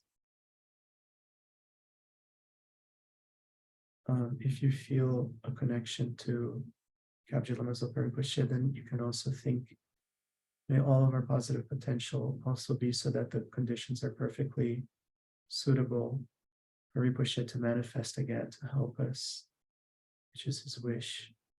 So may from our side, may our karma be so that the conditions may be suitable for that to be possible, for his wish to be fulfilled, so that we can continue to learn from him and he can continue to guide us purely towards perfect enlightenment.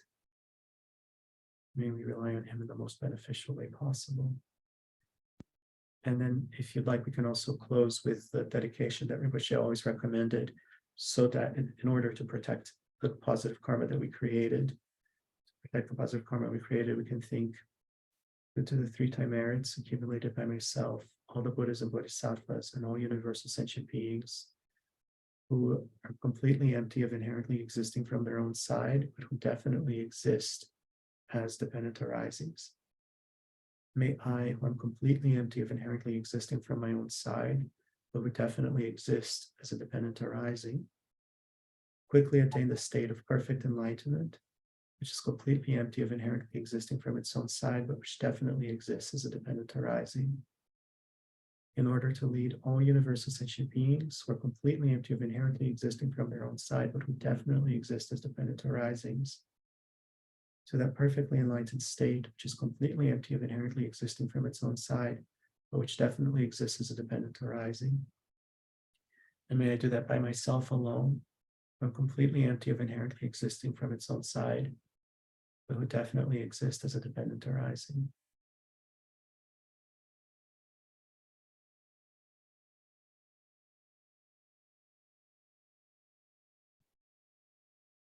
Thank you very much. Go forth and practice. Try to get together, try to talk to each other, try to practice. If you're not able to coordinate to practice with somebody else, practice on paper. That's a distant second, but it's what I did for close to 20 years, so it's a much slower process, but it's something, so right, here's what the challenger says. What could the defender say? Then what could the challenger say? Then what could the defender say? It goes a ways. And yeah, and other than that, I hope you guys have a great week, and we'll look forward to seeing you next time. All right. Thank you all so much. Thank you, guys. Thank you. Yeah. Take care.